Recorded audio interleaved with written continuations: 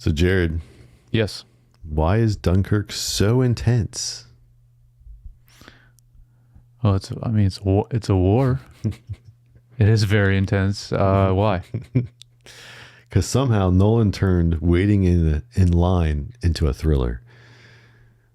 Yeah, that is a big part of the film.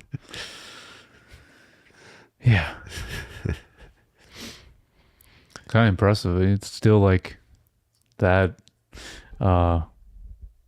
intense, even with just people waiting in line.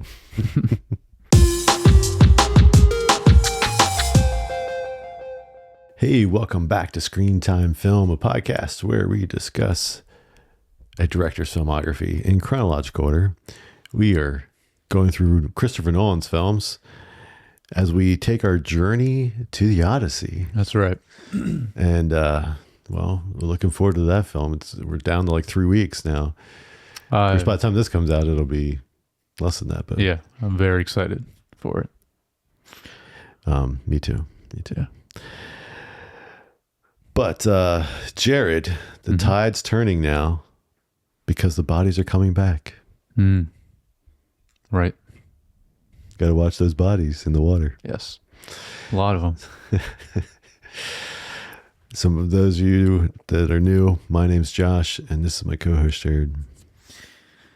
Men my age dictate this war. Why should we allow children? Why? Wow, I butchered this. Let me start over. Sorry about that. Men my age dictate this war. Why should we be allowed to send our children to fight it? Yeah. It's a good line. Yes. Good line. So today we are discussing Dunkirk.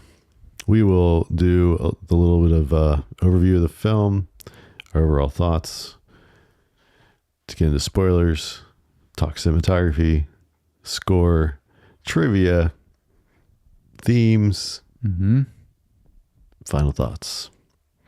So let's get into it. This film came out in 2017. It's PG-13. An hour and 46 minutes. You know, sub 2 hours. One of his shortest. Yeah, I was like, when was the last time you did that?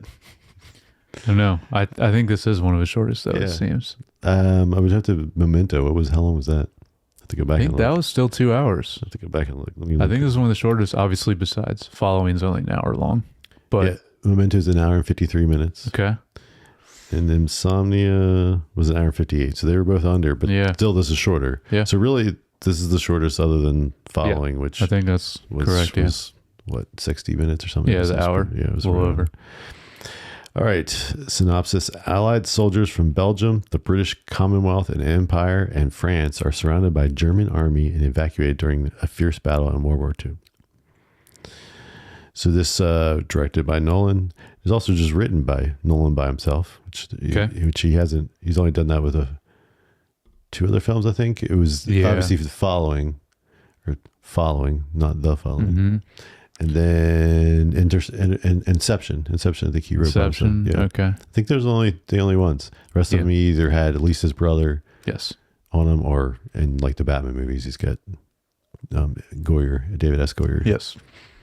And then Insomnia had somebody else, I think, too. Yeah. Yeah. Either from if I think it was a book or the original film. Cinematographer. It's our guy now. Yeah. Hoyte. Yep. Hoyte van Hoytema. Hoyte van Hoytema. Composer, Hans Zimmer, which is the last one for him. Yeah, it is the last one. You know, with the next film, I know it switches to Ludwig. I always say Ludwig, but it would be Ludwig. Is how it would be pronounced. All right, my German's not good. Yeah, me neither. All right, production costs. What do you think? This is. I mean, it is like crazy epic still and massive feeling. So, but you got to figure it's an hour shorter. Yeah. than Interstellar, and a lot less famous people. True. And even the famous people that are in it are not in it much. So. Or just covered their face the whole time. So yes. Once again. Yep. I I wrote down to me, I think this is the same as the last one. It's probably around this at least. 150. 100. That's awesome. Yeah. This feels like double that. Mm-hmm. That's crazy. Mm-hmm. Yeah, it's kind of, when I saw it, I was kind of impressed. All right, Academy Awards. Winning for Best Achievement in Film Editing. Winning an Oscar for Best Achievement in Sound Editing. Mm-hmm. Winning an Oscar for Best Achievement in Sound Mixing. And then nominated for Best Achievement in Music, written for a motion picture. Original score. Nominated for Best Motion Picture of the Year. Nominated for Best Achievement in Directing. Nominated for Best Achievement in Cinematography. And nominated Best Achievement in Production Design. Nice. The sound, well, and editing too, but the sound wins. Very well deserved for this movie. For sure. All right, so main recognizable talent from me, which you got Barry Keoghan. Yeah. Tom Hardy, Cillian Murphy, Harry Styles, and Michael Caine. Yes. Voicing. Just the voice. Just his voice. I didn't have it written down, but the what is that guy's name? The old guy. Seen him and stuff. The old guy. On the boat. Oh, what is his name? Anyway, but and then Tom Glencarney, which I'll mention in a note later, because we'll know him. He just looks different in this. And I don't know the name. There was I didn't either till recently. And then there's at least one more. I mean, it's a lot of young British guys, but they've definitely been in other stuff. Jack Loudon, I think. He's from Slow Horses.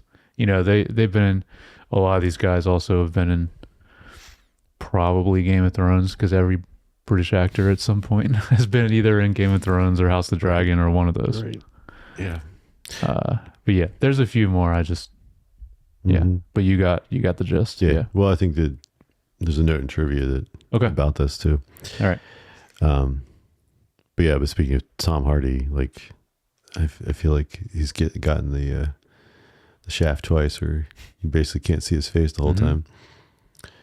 At least we do get one shot of him at the end, which I didn't remember because I was like, I don't remember ever seeing his face in this. It's so funny because it's like he's Nolan obviously likes him, so he casts him again, but like, well, third time. I mean, I guess you see him in Inception, and but that was a kind of a smaller role, and then he gives him a bigger role in Dark Knight. We were like, we're gonna cover your face, and then he, just kind of, we don't like your face. We just like you. We don't like your face. But it's like the most normal he is. We talked about when we did Inception. It's like that. Like most normal looking for him, and also his voice, because he changes his voice so much and everything. Although his voice is normal in this, it just sounds different, obviously, because of because he's constantly talking through it. Yeah. All right. Well, what's your overall thoughts on this film? So, let me start with my other two quotes, because they're both great, and just also I thought were really impactful. That this other two are serious too, because obviously not really any comedy in this. No. I mean, I guess there's some quips every now and then, but mainly nothing comedic in this. But you can practically see it from here. Home was an awesome moment. And then one of my favorites at the end, the guy says, does he say well done? And he says, all we did was survive. And he said, that's enough. That's amazing. Amazing line. Kind of sums up the movie too. But anyway, overall thoughts. So this is only the second time I've seen this. Is this the same for you? Yeah. So I think I've tried to watch this film twice and never finished it either time. So this is your first time you finished seeing the whole thing. Interesting. Yeah. Okay. Well, I'll be curious then. Maybe you don't like this movie as much as me. I mean, I'll go ahead and say it's not my favorite Nolan film, but I think it's kind of insane. What I was thinking about this time watching it, it's kind of insane that this whole film feels like kind of a third act of a film. Like there's not a first, second, and third act. It's just kind of always, which makes sense for where they're at. And it's like you're really just like there's no setup or build up to the start of the war. Like you really are just dropped in, and you really feel like you're there with them. And there's a lot of contributing factors to that to make it feel like that. In my opinion, especially the sound is incredible, and so like yeah, you really feel like you're there. At least it felt like that to me, and it like. Yeah, I just think it's really effective and really heart pumping the whole time. And it's, I noted here also, it's interesting that it's a pretty short film, at least for like Nolan standards. But it is, you really feel like you're there. I really like it, but it's lower on my list. Of Nolan films. But yeah, what about you? Yeah, it's weird because like from I don't think we're both like massive war film people either. No. So, but I want to say I kept while watching this kept thinking of 1917, which I know is not World War II, but this might have been the year that won that over this. That might have been 2017. This is 2018 Oscars. Oh, because it's the year after it comes out. But yeah, I think overall, I mean, the production, the acting, you know, just going by like a scene or whatever, like all that stuff is like I said, sound editing. So it's like a beautiful made film. I think it's just, I think. For me, has a little bit, I think, on whether it's script writing or just editing, something in there that just never really connect with any of the people you're with. So then you don't have the emotional stakes at a level that I think you need to fully buy in. And that's why I was kind of thinking of that, like the difference. This tried to focus on 3 different kind of storylines. Yep. And I think none of them we connect with enough. It's interesting because I feel like it's, you know, there's choice to be authentic versus not. Like as an example, like I think in the plane, you know, in the planes, like that whole situation, like I think if you maybe could see them, maybe you would connect with them a little more. And I know it's like, yeah, you're trying to be authentic, but then it's like, it just feels like these nondescript people flying, and actually sometimes it's confused who is who, you know, at times. And then, well, even on the land, I mean, it's a lot of just young British guys. It is. Then that's what I was going to say. And then like the land part. So the only one that has like any distinctness is and those are the ones you kind of the sea. The sea with the older gentleman running the little boat and that. I agree. But then that was my favorite section is all that. Yeah. But then, you know, at the same time, you don't get to spend that much time with him before, you know, the young guy gets knocked in the head. And so George, yeah. You know, by the way, 1917 was 2019. So that was not. This 2 years later. Yeah. Anyway, just that kind of was sitting with me from that perspective, because I think that film was like, because you stayed with the same guys and and then like for this, like with the land, even that, like, and I mean, like you said, just a bunch of young looking people, like, and of course they're all looking in the same outfits, like even keep like kind of, it's not like I can't keep track of them, but it's like sometimes you're like, wait, is that the same guy who was talking earlier? Sometimes it's it's a little tough. Especially as they start getting in the water, in the thing, and you're just like, I don't. So Mark Rylance is the old guy. That's what I was forgetting, the actor's name. Okay. Yeah, we've seen him in some stuff. Okay. Anyway, so just kind of, I think that's really what took me out of it. It makes it then Oh, Kenneth Branagh also. Forgot about him. What is he? He's the main officer. He's the one that says the line about home. Mm. Or no, maybe the guy that's with him says it to him. But anyway. Yeah. Yeah, so I don't know. So I think it's definitely. So you think partially not being able to always see the people's faces and also the dialogue or lack thereof. That's what I think is interesting is there isn't much dialogue in this film too. So, which is again, I think trying to lean into the authentic realism of it, but like again, that's I think disconnects you as the audience from what's going on. Commander Bolton is Kenneth Branagh. Yeah. And he's the one at the very end. He's like, I'm staying for the French. Yeah, he did kind of look familiar, but. It's another awesome moment. Him saying, yeah, I'm staying. And yeah. But I think, what happened, the sequence of, and then the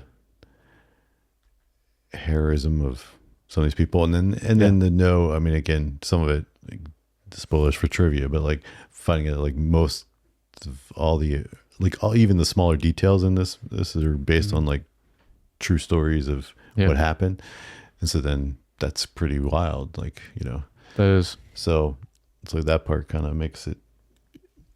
But I just I can see why I didn't make it through or didn't finish the other times. I understand. I think it's both times it was like one of those things where I tried to watch it and then would get stopped and never came back to it, and then 6 months later, whatever, it was like, and I didn't see it in the theater, so it was just after purchasing it actually digitally, because I was like, oh yeah, I need to have this because I have all of Nolan's films, and I was like, so it was the first time watching it, it's all the way through, and I can understand you talking about like not being able to connect with all the characters, and I agree with you to some extent, but the stuff on the sea and the boat, that's probably why it's my favorite parts of the film, because I did connect with them the most. But yeah, I mean, it's a kind of thing where you have like, where do you decide on making this film? It's like, how realistic do you want it to be, like you were talking about, or versus entertainment, right? And I mean, and that's why, like, I mean, it's incredible what they did achievement wise with everything, the way it looks, feels, sounds, and yeah, I mean, I think it's all amazing, like in those aspects and all that. Just, and that's why I was saying, like, he did that incredibly well, because it does make you feel like you're down in there with them. So yeah, it's just, and I mean, it's especially a director like this, it's like all of his films are good though. So it's like, this is closer to the bottom of the list for me of Nolan films, but it's still a very good film in my opinion. Yeah. I mean, compared to other directors we cover where it's like, they have some hit or miss. Yeah, they have some misses, whereas it's not like really a miss, just yeah. He doesn't really have any misses, just like Villeneuve, there's very few. But I would probably I would put this down. I mean, it's like I feel like I'd have to watch Insomnia again, right, to really. But I mean, otherwise I'd probably put this close to the bottom. Yeah, I think we felt the same about Following pretty much, but I know I liked Insomnia more than you, and Dunkirk I think I like a little more than you. But yeah, I mean, those would all be more on the the bottom side. Yeah. I don't know what order, but yeah. Right. Yeah. We should do that. We've done that before in the past. Once we finish this, see if we want to rank them all. Commit to an order. Yeah. Yeah. Including the Odyssey. Yeah. All right. Well, let's get into what specifics and story here. I did love the opening escape and reveal of the beach. I did love that. Like, and thought that was a great setup to. It's also pretty much, is it a one shot? Like, it feels like you're just going with them the whole time. I don't know. It's one shot. I mean, there's a longer take there, and I couldn't remember when but it not cuts. the whole time because it definitely cuts away to different perspectives. So, but yeah, when he starts running, it's like a longer take there, where like because you're running where you only see the. I think you might even be in front of him because you're seeing him run away from the bunker that like right. Because he just jumped over and got through, and then it kind of as it comes out, it kind of he comes out and opens up, through the hallway of buildings or whatever walls that he's running through, and then it kind of I think the camera like pans out or it kind of turns, and so that like it reveals like what's on the beach and what he's walking into, and so that's a little longer take. But, it is funny that it's like. Really, he's just trying to take a dump, and he can't. It's funny. Yeah.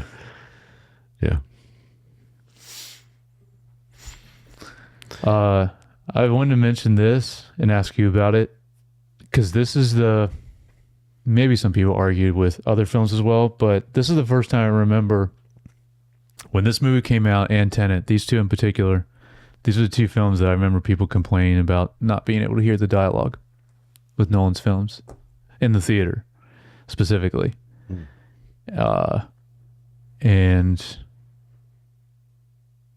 I do remember because I didn't see Tenet in theaters. I know you did. I did see this in theater and it did feel that way somewhat, but like people saying like, it's just bad sound mixing. It's like, no, I mean, these people like win for this kind of thing. It's like, no, but I do remember feeling that in this, and I think people complain about it the most in Tenet, but like watching it at home, both these movies, like it might just be my setup or how I have it. I mean, I changed all the EQ and everything too, and do all that, but like didn't feel that way at all to me. Yeah, I didn't notice that issue. Okay, but I mean, so unless I'm watching with other people. I always just watch stuff with my AirPods in. Right, which would be the best. If you have like the only thing ones I think we maybe brought this up before. The only thing I wish they do is some way, and maybe there's a way I can do this, but it's like you lose the feeling of a subwoofer. Yeah. So it's almost like if they made like a subwoofer attachment to an Apple TV, so that was just like here's a sub, so that you could feel it some. And then just use your AirPods. Otherwise, like that would be that'd definitely work. Yeah, that'd be cool.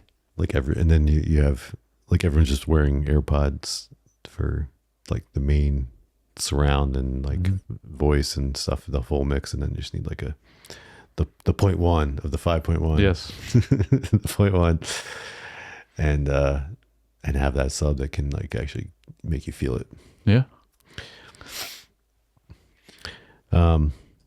Yeah. So, and then of course from there he goes into the beach and that stuff. And that I think again, so does a great job setting up. And I think, I know you're right. It kind of feels like doesn't feel like a first, second, and third act because it is just like all leading up to. There's not really like arcs, right? As much, but I think like the setup of all these, I think are great. Like this setup.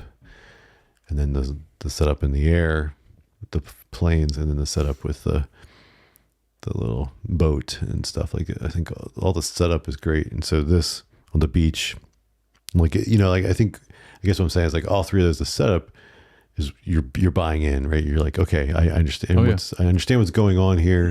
I understand what's going on here. I understand what's going on here. Like in the three things, and so I think those all work. But I think it's like what pulls you through in a film can be then caring about the characters, right? And that's where you start to kind of lose that as it kind of progresses and in the after like 30 minutes in or something, wherever, and you kind of start to things are moving along, but like don't feel like they're really moving somewhere so much other than just because pieces on the board are moving is all, is kind of what it feels like. Well, we already talked about, you already mentioned Michael Caine, just the voiceover in the comms, which was cool. The other person I wanted to mention, Tom Glencarney, he's the son on the boat.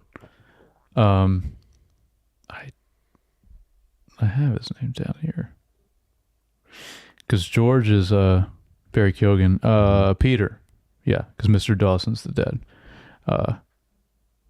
And I made a note about it because it's funny seeing him in this, and he looks so different. But I mean, we're currently watching House of the Dragon season 3, and he's King Aegon. That's him. Oh, really? Yeah. He was so different. Yeah. Obviously, I mean, at this point in the story too of House of the Dragon, he doesn't look so great. But but yeah, I didn't realize it was him at first, and then I was looking at the cast. But yeah, so that's him. I don't know what else he's been in, but yeah, he's now been in House of the Dragon for a while. And then the other thing I wanted to mention is one thing I really think is cool about this movie is the nonlinear storytelling, again, but in a very different way. So obviously we were already talking about what do you mean land, sea. Well, here, let me explain. Land, sea, and air. And land takes place in 1 week, sea 1 day, and air 1 hour is how it's laid out, which is awesome. Doesn't really feel that way, but that's what it was when I looked it up, which is cool. Now, as far as the way the story progresses, I don't think is out of sequence, though. No, so it's not non-linear. Yeah. So I guess, sorry, not non-linear, but the time, he's still obviously time and obviously in everything Nolan, like he likes playing with, but the time thing is still different. Yeah. But yeah, it is cool. So the land is a longer one, 1 week, sea 1 day, and air is 1 hour, which is really cool. I guess that's just not, I mean, it doesn't come through that way. No. Watching it, so you wouldn't know that unless you were told that. Interesting.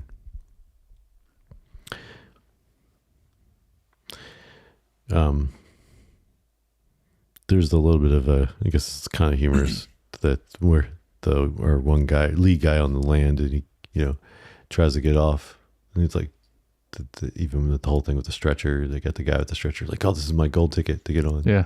And then he does it, and then they hide under the thing, and then they get on something, but then that one goes shot, and so they just can't get off the beach. Yep.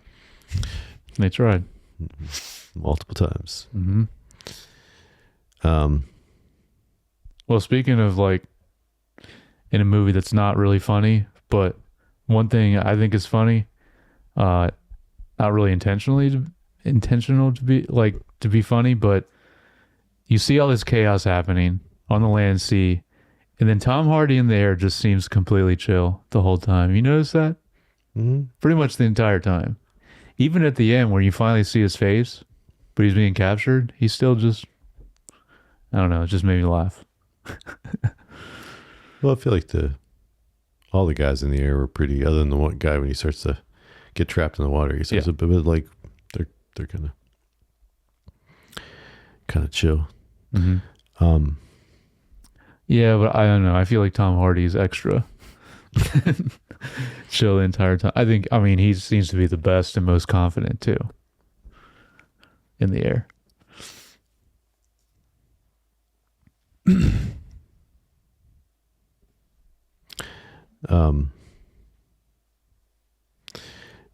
When they rescue Cillian Murphy pretty early on, and then he's portraying the shell shockedness, I guess. Oh yeah, very shell shocked. Yeah.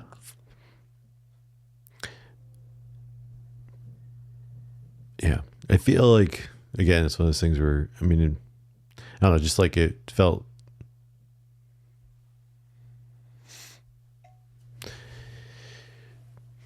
I'd say the fact that he like ends up injuring the kid, like, just seemed a little over the top. Period. Like, really? Yeah, I don't know. Like, it's like, I get it, you're in shock and trauma, but just the being that aggressive to these people that just rescued you. I don't know. It just seemed, and maybe it is what happens, and I just no. I think it's perfectly believable. I mean, how unstable he is in that moment. Yeah. And could potentially do anything. I mean, all that is some of my, like I mentioned, is my favorite moments, and I loved Cillian Murphy credited as Shivering Soldier. That's it.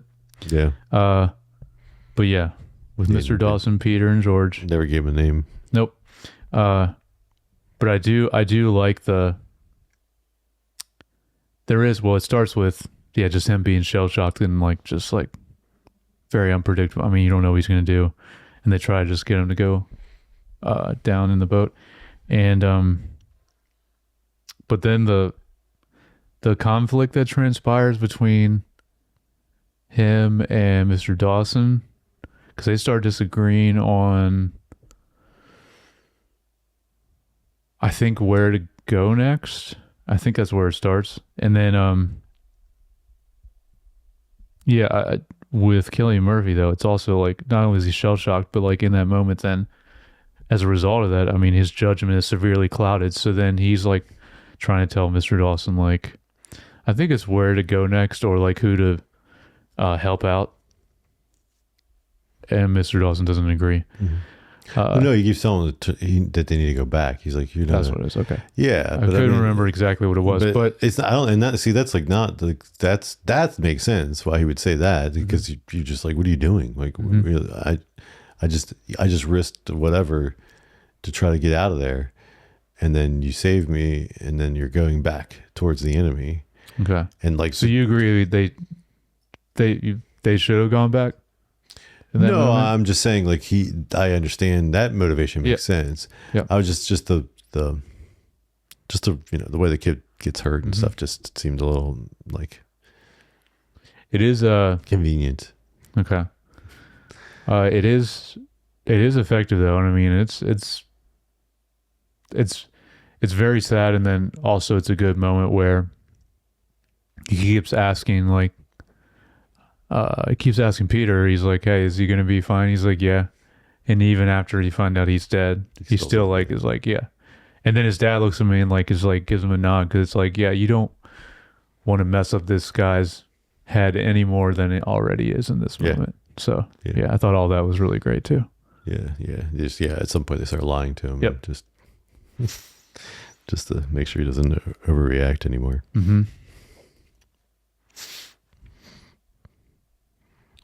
I wanted to mention also really another incredibly effective scene, and just a really scary and awesome moment is the scene when the torpedo hits the ship. I mean, visually is just the sound too, again, like all this is just like, I was just like, holy crap, this is crazy. And the way they film it is, it's just a very intense scene in a film where pretty much the entirety of the film is intense the whole time. That, and I would say the other thing is like when they're quickly trying to get away to avoid the oil burning. Oh yeah. And then it finally does. And then and there's that shot of one of the main guys, like from the, I don't know, because like he goes underwater for a while, and then he has to come up, and he comes up in the fire, and then goes back down. Yep. Yeah. I can't remember who it is, but yeah, it is one of the main guys. That you're right. That's the other moment. But yeah, so crazy. Yeah. Visually, it was very, very.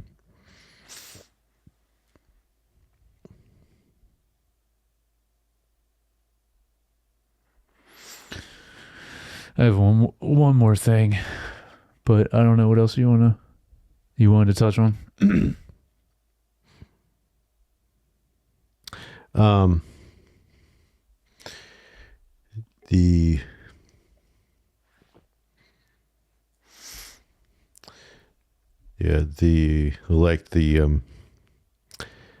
The scene with they're in, like, they found that boat that kind of like washed ashore, and then they're like hiding out in there, and then the target practice stuff was that was cool. And then of course they think they're getting away, and then the thing just goes. And again, the amount of times that like people think that they're saved, and then a boat goes under or whatever was pretty crazy.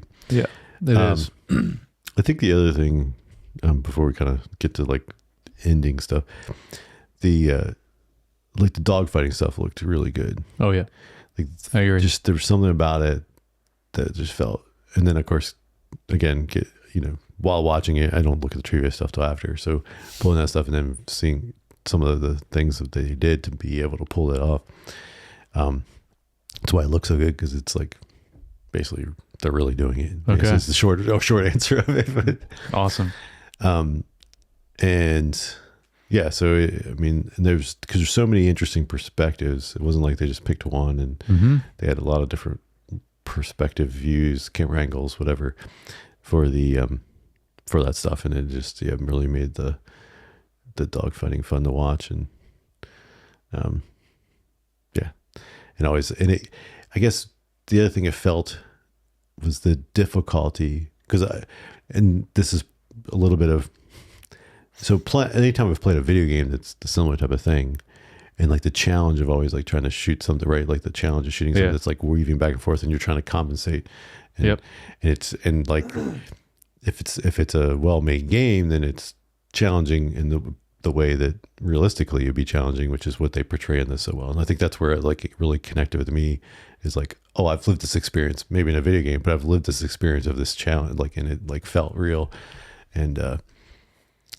And then all that to say is, because I recently just played the demo for Star Fox remake. Nice. and it's also this, I mean, it's obviously not those kind of planes, but like it's a similar type of thing. And it was like, so that was real fresh in my head of like flying just randomly in open space, right? Like, and then just trying to hunt somebody down and or not get shot yourself. Mm-hmm.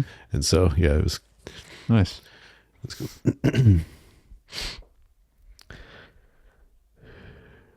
But yeah, so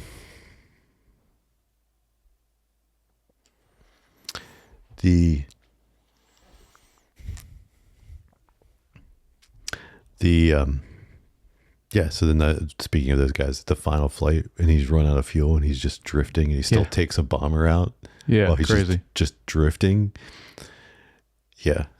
I mean, while I'm watching, I'm like, would it really stay up that well? Like, because I mean, it's one thing, like a glider has huge wings to ratio to, and this doesn't have that kind of ratio of wings to body, but like it was just kind of hovering up there back. It was, forth. For a while. I don't know. Yeah. I mean, I imagine everything else is so realistic in this movie. I imagine that's how it would be. And then I don't know what your final note is, and then just him landing on the beach. Yep. That footage, that shot, that's awesome. Is so beautiful. It is. It's even then he gets caught. Yeah.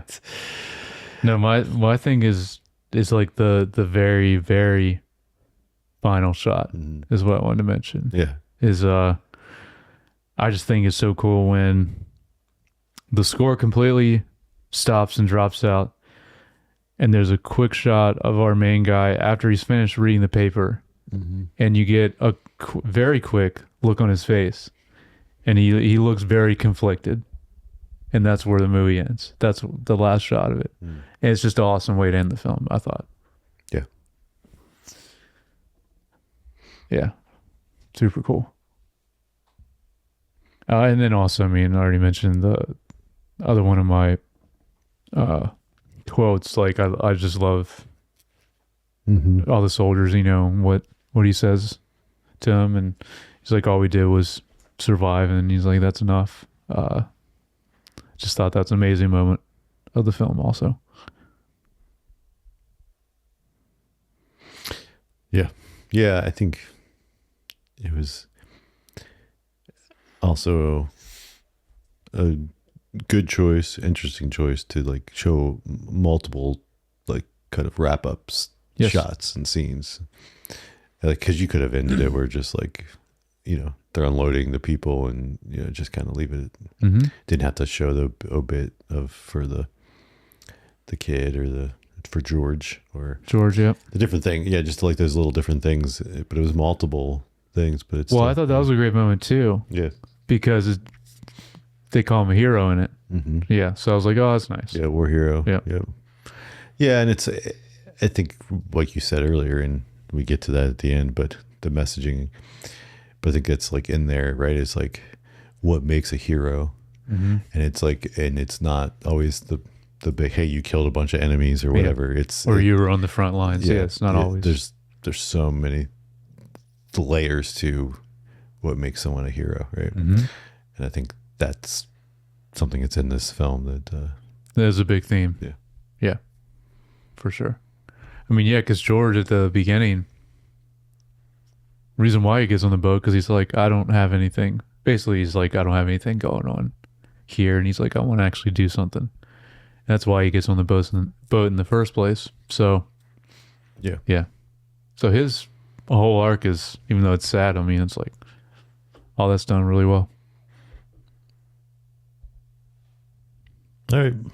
Anything else, or just getting to the cinematography? No, it's getting. Which is definitely a strength of this film, besides the sound. Oh yeah. So we talked about a little bit, but that opening sequence, it's got some nice handheld energy to really make it feel like you're there with them, and like really just orients you and brings you right into what's going on, I think, really quickly.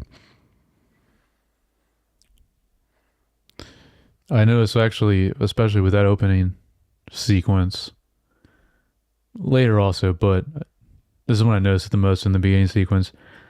There was like really awesome shots in this movie and uses of layers, I noticed, especially in the opening sequence, where like something would be happening in the foreground and something different would be happening in the background, and vice versa. Like the big bombing hit is in the background, and he gets down. I'm trying to remember how it all plays out. But anyway, there's different shots like that. It's just really cool. The layering of that and the composition is awesome. Yeah, the just the visual scale of stuff on the beach. I mean, the amount of people on that long dock thing, it's just insane. Crazy, yeah. The amount of extras they probably had to use for this. But and you're right, like there's a lot of, because there's there's the war happening in the background while like we might be focusing on one person or something, but because there's just so much going on. With like composition and cinematography, would that be the correct way to say it? Layers, like with that? Yeah, because it's like you have foreground, background, and the thing always there is the rule of three, right? With cinematography, is that what it's called? Well, that's the rule of three is more like where you frame put something in the frame. Okay, like you kind of have the rule of thirds, really. Sorry, rule of thirds, because you break it to thirds left to right and thirds top to bottom. Okay, and then it's I mean it's not a bad thing. It's just like, and then you break it all the time because it's intentionally. But it's one of those things where just like any rule, you learn it first and then you learn to break it in the right ways. Yep. But like, I remember there was a distinct one where he's like down on the beach covering his head and he's the bottom, he's front left foreground. And then like, the other 2/3 from left to right is, the other 2/3 is like, you see all the bombing coming. That's like, exactly the moment. Yeah. It's awesome. And it's great composition because you're getting the fear in his face. So you're seeing that and just what he's struggling, but then you're seeing all the action through the other 2/3. And seeing how he barely makes it. He's not that far from the one hit. Yeah.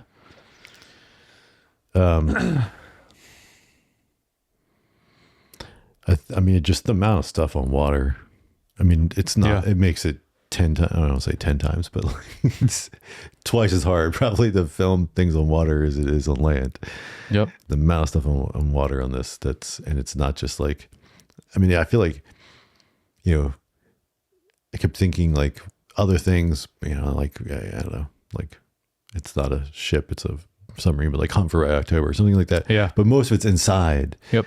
And then it's just a set then. It's not. Yeah. And then like there's just those scenes that you need outside that you might see the water stuff. And then I'm trying to think another to film, but like I feel like that's the more common thing, right? And the amount of the stuff that's like on the outside of the boats, like that has to be in some, even if it's a tank with like the Abyss. Like remember he shot that in like a giant controlled thing, most of it, right? But even if it's in that, you're still like you're living in water all the time. Camera people, crew people, everyone's in water. Yeah, it makes everything way more complicated. Yeah, my last thing is just you already mentioned it, but there's several of them. The one that's really cool you already talked about, when you see all the oil mixed in the water, and then when it gets lit up.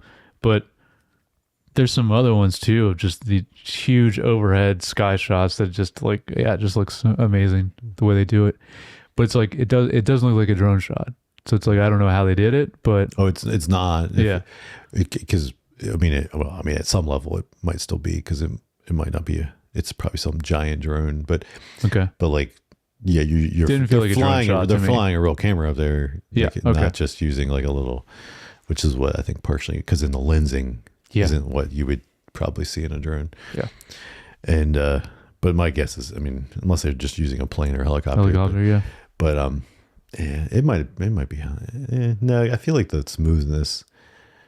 Right. Yeah, that's why. I mean, yeah, it's probably. I guess you can hover, stabilize it enough slow. on a helicopter, though. Yeah. Nowadays, probably can. Yeah. Because in old movies, like, speaking of war movies, like Apocalypse Now, there's some incredible shots in that film, but you can tell it's like on a helicopter, and it's like, there's like that the way the camera moves. Yes. The movement or the shakiness of the camera is a certain way. Yep. And yeah, this didn't have that. But you're right. Some of those vast shots of just water, and you really feel the scariness of being in open water, right? For like some of these people. Yeah, you don't see anything else around at all. Yeah. No land in the distance at all. Even though technically it's far, but it's not that far because everything's. Yep. It was just cool watching this movie again, because it's one of those things, because it obviously makes sense. A British filmmaker would, if they want to do a war movie, they would tell this, because it's like, this is from that perspective. Because like, I didn't know much or really anything about Dunkirk. As Americans, we're not going to learn the details of that in our history books. Yeah, maybe might brush over it as a key part of the war, but like, it's not going to be. It's going to be a paragraph, not going to be compared to like something that, like, maybe if you grew up in England, it would be a little bit more of like leaned into, because it's a critical part of their survival. Almost like if they would have lost that, good chance that the Germans would have invaded England. Right. Yeah, we know the American side of World War II generally. So, which, I think this is where having a guest, which we almost did have a guest, there's a little more into war. We were gonna have our main war guy that knows or at least World War II. He knows about all this stuff a lot. Yeah.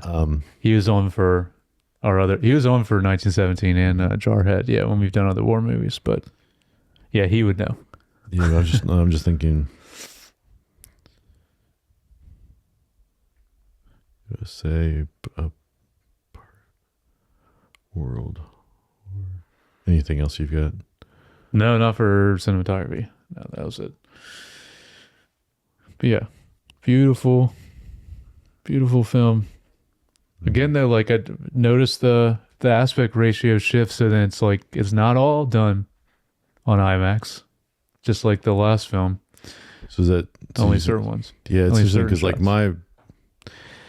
oh yeah, you were saying like it doesn't do that in the like digital version that you buy on through Apple, like, which that's weird. Yeah. I was thinking, like, Dunkirk took place on June 4th of 1940. Well, May 26th to June 4th of 1940.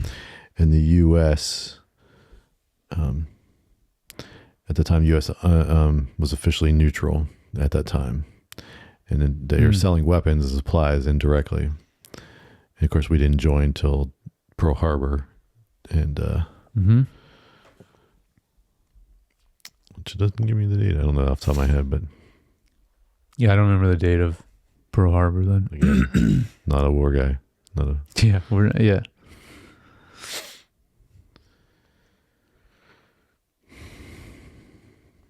That was December of 41. Okay. So, almost a year and a half later, the U.S. joined. So, so yeah, it's definitely that. If I mean, I guess they would have joined sooner if they were also seeing. I don't know. I mean, there's no way to know. But like, if this wouldn't have gone this way, and the Germans had kind of taken, just gotten rid of a lot of the British troops there, and the Allies troops, and then, we're marching on, Britain. Maybe U.S. would have joined in sooner because of that. Because obviously, there's a certain point where you would start to see the enemy not. Like making some advancements that you're like, okay, well, we can't, it's not in our good interest to. Yeah, you got to let the Germans take over the whole continent of Europe. Step in, then, yeah, for sure. So yeah. Anyway, yeah, it's just interesting. It's always interesting, the speculation. It is, yeah. With the because even the Japs hadn't done Pearl Harbor. When would we have joined? Would we have joined? Right. And how the thing would have played out differently, and of course how present day would be very different. Yeah. There's a show about that, right? Yeah, Man in the High Castle. If Japan's one, yeah. And if we had lost World War II and like Japan and Germany took it over. Mm-hmm. Yeah, that's right. America's divided in half. So one half is Japan, and the western half is Japan, and the eastern half is German. Yep. Because that's what I'm getting at. Like, there's a certain threshold, regardless of if that would be like, oh, okay, we need to step in, or this is going to get out of hand. Yeah. Then it's a threat to us, even though we were distant. So who knows? But that's why alternate story movies and TV is so cool. Yep. Yeah, I talked about that. Yeah. Yep. Covered most of the other notes on that. So let's talk about the score. Mm-hmm. The only thing I noticed is like the ticking. Yep. It was like there constantly once it started until the very end where it wasn't. Mm-hmm. Otherwise, there wasn't like any standout stuff for me. Okay. Like, I mean, not that it seemed like it was bad or anything, but it wasn't just not like some of the other, like, well, all the other Zimmer stuff, Interstellar, Inception, all the Batman, Nolan movies, like all the other stuff he worked with Nolan seemed to have like a little bit more of a catchy something that like you walk away from and you kind of, it's going through your head. What is your favorite Nolan score? Overall, or Nolan / oh, you mean from like all of them from any film? Yeah, so it would be either a Zimmer score or I think I mean Ludwig or I mean the Inception was like the first, and that one I know I listened to a lot. Yep. But also, I mean, I really like Interstellar as well. Yeah. Both those have very unique different things, and I feel like I remember liking Tenet, and then we'll see when we watch it here. Oh, Tenet score is sick. Yeah, but I don't remember re-listening to it after the fact. Okay. And then the same with Oppenheimer, yeah. So that one's amazing too. Yeah, I remember them being good, but I don't remember. Anyway, yeah. Well, I mean, we'll be watching here in the next couple weeks. So, yep. Anyway, what else you got? Any? I mean, I think the score is. I mean, it's another really awesome score from him. It's so at times it feels really experimental with the sound design elements of the score, and then other times it gets very like normal traditional big orchestral score, which he obviously Hans Zimmer is one of the best at doing that type of thing as well. I love the different moments, which he does this in other films as well, but I love different moments when the score drops out completely and we hear just one singular sound that's just going and that's it. And normally it's just when you're doing a score, it's actually called a tension riser is what you call it. And which is funny. I mean, it's effective, it's what it does, but That's what we call in the music biz. But it's funny because it's like it's also just different than like what we talk about. The word drone is so different in the music world compared to the cinematographer's world. Because there's a lot of that going on too, obviously, in this, and you hear that in everything with scores. Drones are so crucial, whether you really hear them or not, but they're always in there.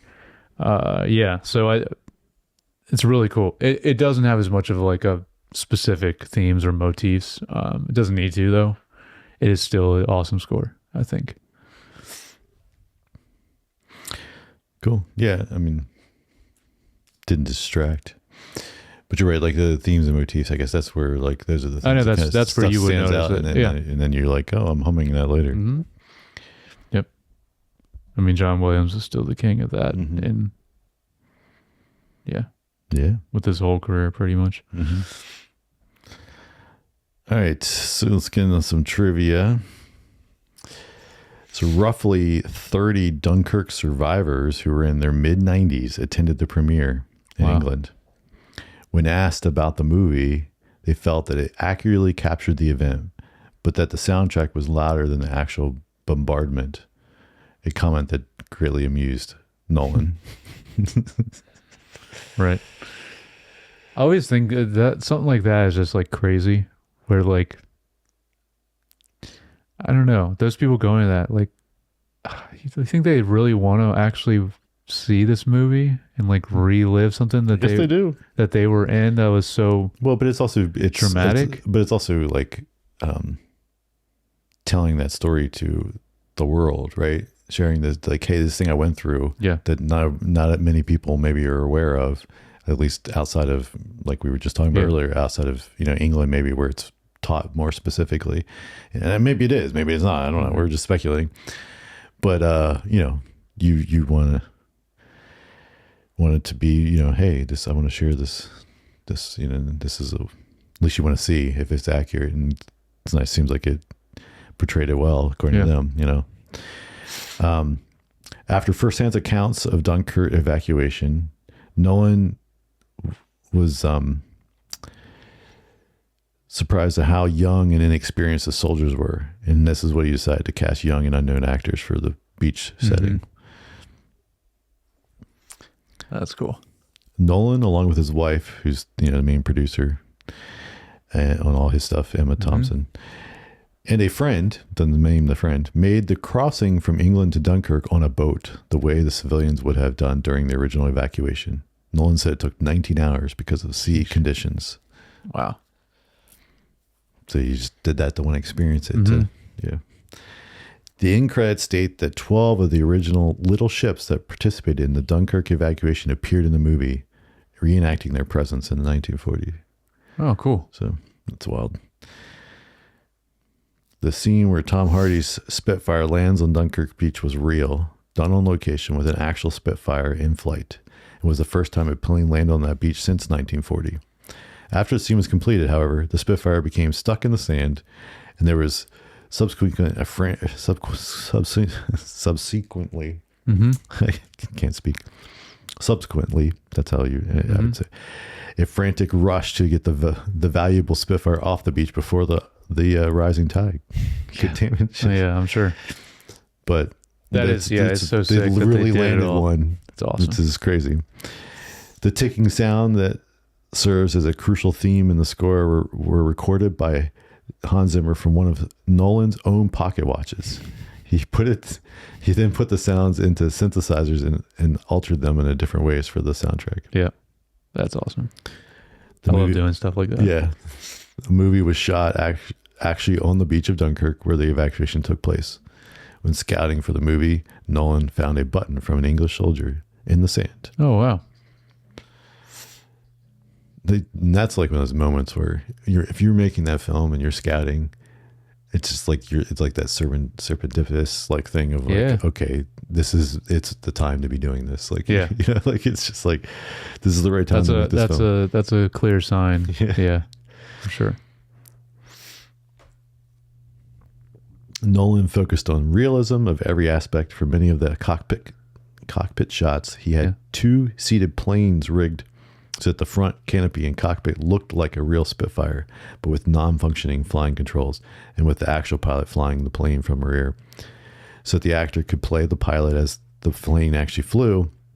He also mounted front and rear facing cameras on reconditioned Spitfires. In addition, he had camera operators floating in the water with the actors. Oh, that's crazy. Mm-hmm. I mean, yeah, to your point, you do what you gotta do. I mean, that's why it looks so good. Mm-hmm. The shots. Continuing his advocacy for film over digital, Nolan chose to shoot this movie in a combination of 65 and 70 millimeter IMAX film and Super Panavision 65 in order to achieve that maximum possible image quality. And this was following The Master, which we covered in 2012, and The Hateful Eight from 2015. This was the third major movie of the 2010s to be primarily shot and shown theatrically in 70 millimeter months after the Dunkirk release. Then Sir Kenneth Branagh did Murder on the Orient Express in 2017, and he also shot with 65 as well, and also received a 70 millimeter release. Nice. So just kind of like these couple guys trying to really champion film over and using these large format film. That makes sense. Not 35. PTA would do that. Yeah. Mm-hmm. What was the other movie? Besides The Master? Then Hateful Eight. Hateful Eight. Oh, Tarantino. Yeah, okay. That makes sense. All three of those guys. In our podcast, but we will. Yep.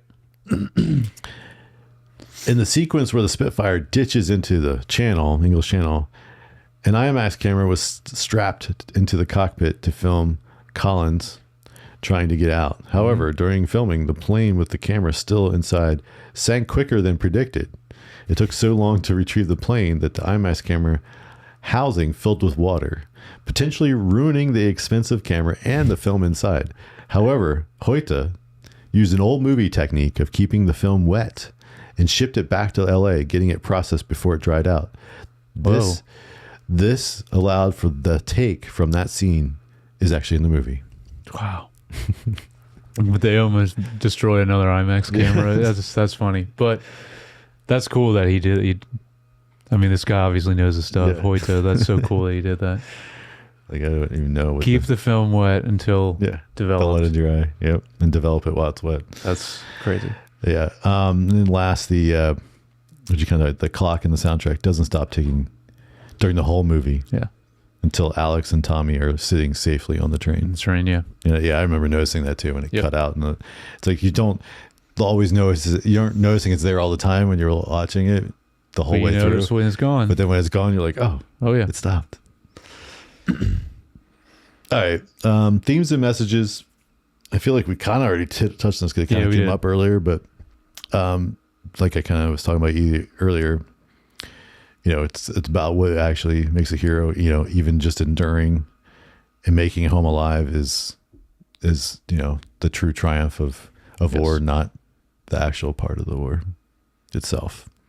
Yeah. That's the biggest thing we already mentioned in what you were saying, what the guy says to him at the end. That pretty much, that is the theme of this film. And yeah, I wrote down endurance also you were talking about, which lends into that. And then the other main thing, which also lends into that, is just courage in general when you're in the situation. What all they what's like went through and survived. And doing the right thing with the thing is, when it's not the easy thing, right? Like there's I think a lot of what courage is. And you most see that with the older guy with the little boat, and just even when he had a good guy trying to tell him to turn around, he's just like, no, this is where we're going and we're doing this. And because it's like, it's not brave and courageous if you're not scared at all. It's like that's what makes it a courageous thing. If there is some fear in it when you're doing it, it's not, you're not being courageous at all if you're just like, yeah, it's easy. Yeah. So final thoughts about this film? It's still a great film, and I think it's more the technical side, which we talked about a lot, is what's like incredible. Super impressive and well executed at all levels and that stuff. Yes.